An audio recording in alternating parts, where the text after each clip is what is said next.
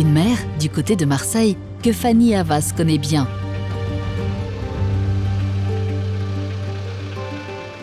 À bord de son Coco, une barquette marseillaise traditionnelle, la jeune skippeuse emmène été comme hiver des visiteurs à la découverte des archipels marseillais.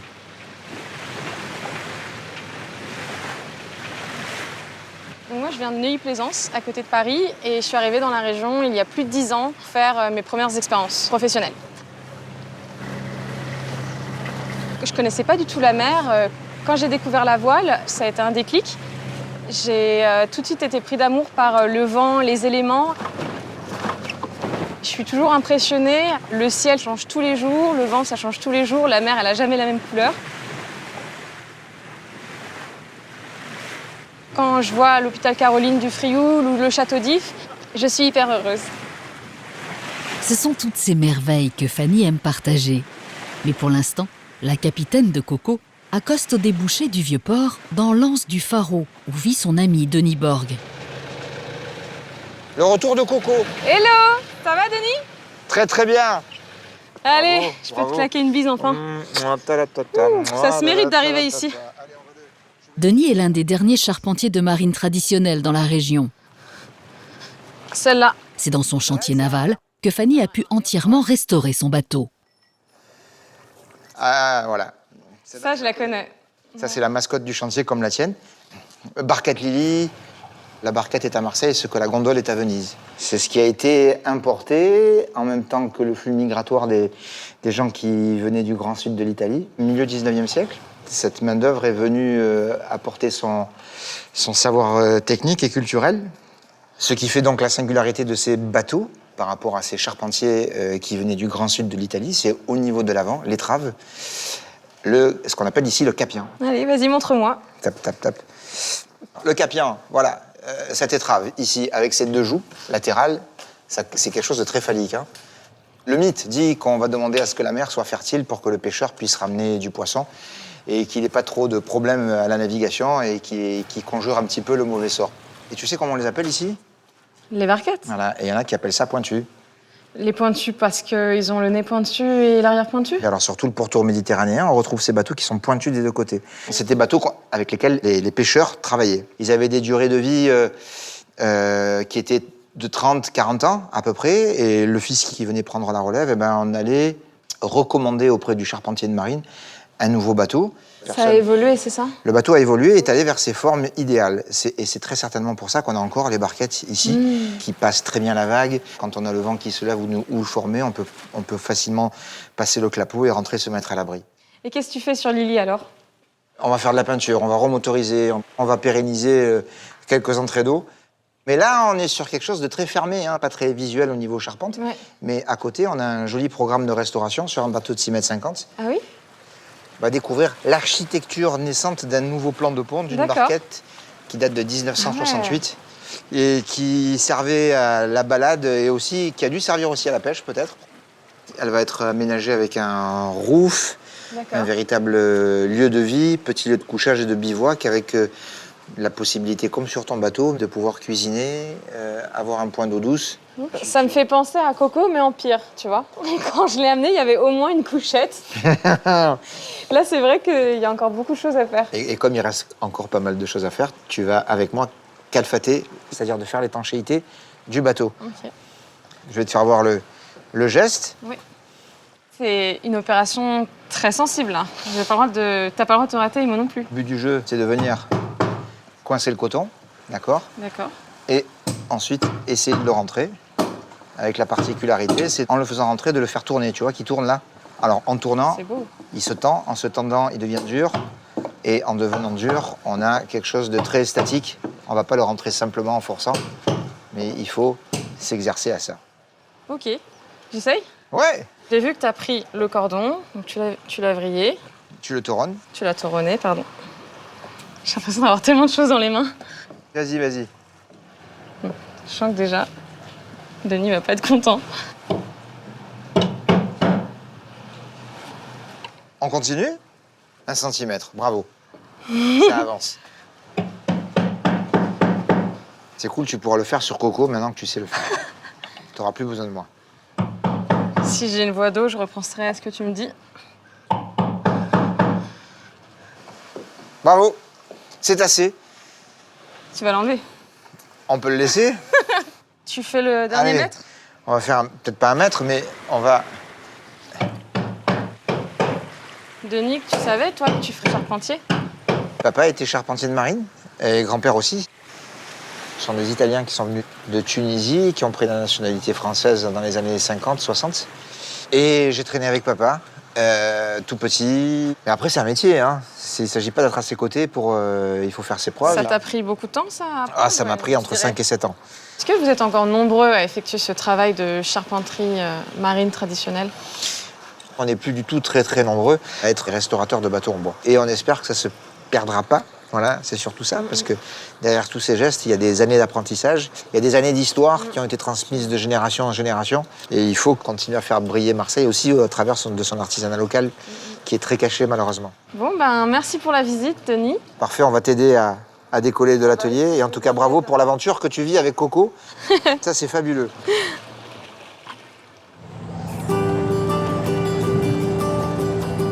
Yay!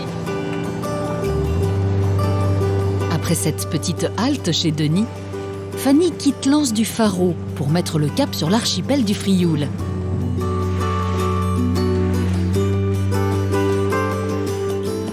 À 2 km du Vieux-Port, cet archipel constitué de 4 îles au relief accidenté était il y a 2 millions d'années relié à la Terre par un isthme. Mais aujourd'hui, c'est bien par la mer que Fanny regagne l'île d'If. C'est l'île la plus célèbre de l'archipel, grâce à son fort construit par François Ier en 1524, afin de défendre l'accès à Marseille.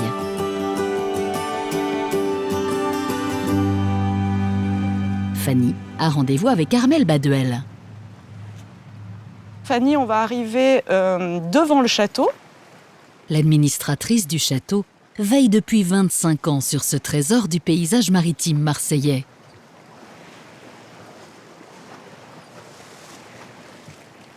On va rentrer au cœur de la forteresse, qui est une cour à ciel ouvert. Ok.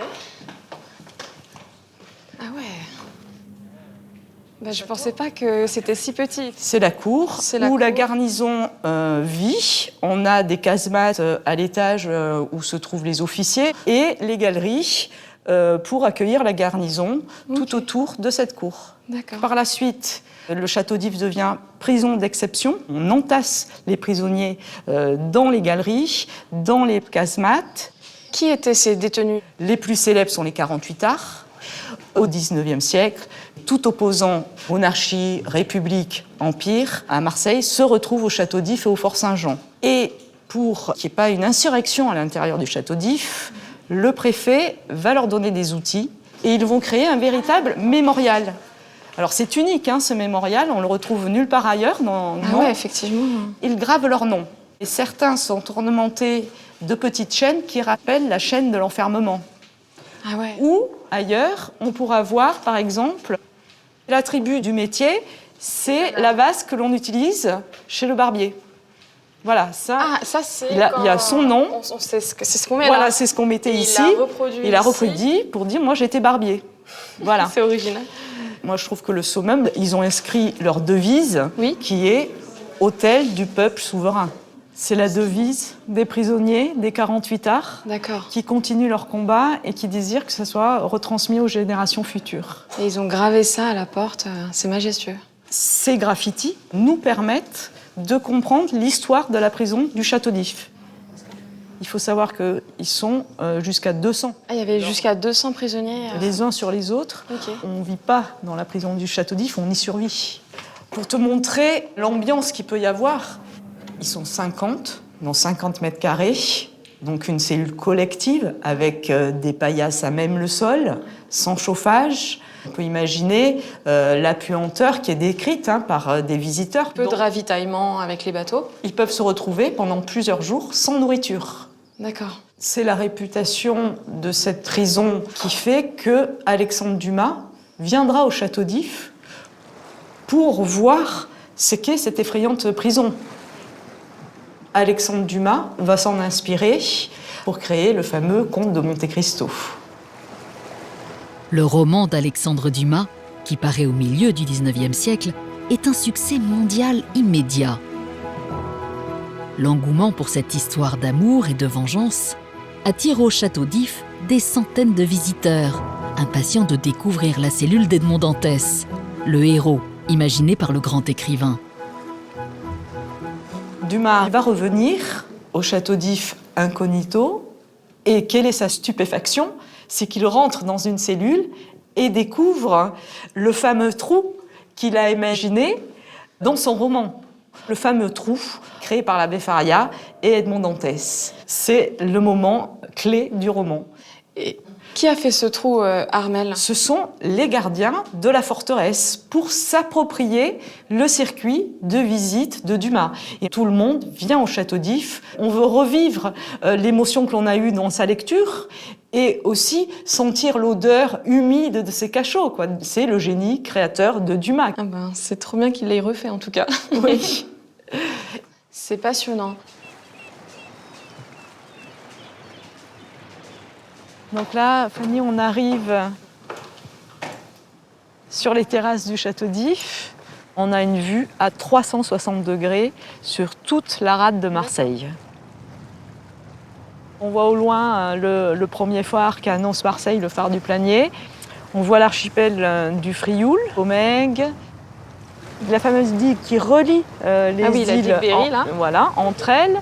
Et puis, un peu plus au nord, l'hôpital Caroline. C'est curieux de voir un hôpital comme ça sur une île un peu perdue au milieu de l'eau. Oui, oui. On mettait en quarantaine tout bateau quand il y avait suspicion de maladie, d'épidémie. C'est un non-respect de cette quarantaine qui va faire que la peste va se répandre dans toute la Provence. Et d'ailleurs, le capitaine a été enfermé pour ça. Oui, J'ai enfermé cru au voir le château. nom, son nom sur une des cellules. Tu me montres ta vue préférée? Alors oui, c'est de l'autre côté. Au niveau des terrasses, on a une vue unique, incroyable, sur Marseille, comme tu peux pas la voir ailleurs. Oui, effectivement. C'est exceptionnel. L'Estac, le Vieux-Port, Et notre bonne mère. et en Effectivement, face, qui trône comme ça. C'est magnifique. Les archipels de Marseille nous réservent encore d'autres splendeurs. À quelques minutes de la cité phocéenne, l'archipel de Riou est une réserve naturelle exceptionnelle.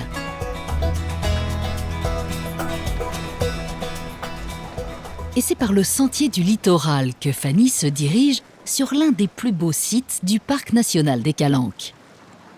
Bonjour Fanny, bienvenue à la baie des Singes, Merci, au Luc. Cap Croisette. C'est incroyable ici, c'est un lieu caché et insoupçonné. Exactement. Le garnier est le chef de ce restaurant, niché au bout du monde, face à l'archipel sauvage de Riou. En face, c'est une île qui fait partie de l'archipel. Oui, c'est l'île Maille. C'est la plus grande des quatre. D'accord. En face, nous avons des ruines qui étaient une douane sous Napoléon III qui contrôlait l'arrivée des bateaux de marchandises. Contrôler l'arrivée dans L'arrivée des bateaux petite dans la passe passe, ici. exactement. Ici, ça a toujours été un restaurant. Alors, c'est un restaurant depuis une petite quarantaine d'années. D'accord. Au départ, c'était une maison de pêcheurs. Luc, la spécialité ici, c'est le poisson. Absolument, Fanny, on fait poisson grillé, langouste, homard, bouillabaisse et soupe de poisson que nous allons cuisiner ensemble, si tu le veux bien. Ah oui, je veux bien. Plat emblématique de Marseille, Qu'est-ce que c'est comme poisson, Luc, là? C'est plein de Alors, petites... nous avons des petites girelles, nous avons... la bouillabaisse est un mets simple et familial dont les origines remonteraient à l'Antiquité. Nous allons mettre nos poissons. Étape indispensable dans la réalisation de cette mythique recette, C'est fabuleux. la préparation de la soupe de poisson. Je touille? Oui. Là, regarde ce que je fais, je suis en train de les écraser. Non, mais c'est bon de toute manière. C'est À un vrai moment donné, on ne trouvera plus les poissons à la fin de la cuisson. Nous allons mettre un petit verre de pastis. Alors ça, c'est parce qu'on est à Marseille. Oui, c'est ça. Où est-ce que tu as appris cette recette, toi, Luc? Ah, j'ai appris cette recette ici, avec la famille. Et de fil en aiguille, d'année en année, eh bien, c'est moi le responsable de la soupe de poisson ici. Voilà, nous allons mettre du coulis de tomate. C'est la recette ancestrale de la maison. Cuisson à couvert à peu près pendant une bonne heure. En attendant, je vais te montrer les poissons de la bouillabaisse. Nous avons un Saint-Pierre. Là, nous avons 2 rascasses, un chapon, une vive, une vieille. Ici, c'est une rascasse blanche. Elle est surnommée aussi le bœuf dans la région. Peut-être par sa grosse tête. Par sa tête, je pense, ouais, c'est cela. Là, on est très chanceux aujourd'hui. On a vraiment... La pêche a été bonne. Ouais.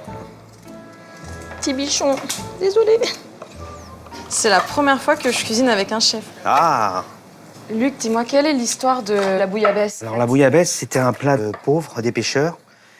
Ils vendaient les plus beaux poissons et ils se gardaient notamment tous les poissons de roche qu'ils gardaient pour eux et qu'ils faisaient cuire dans une grosse marmite avec des légumes et des épices.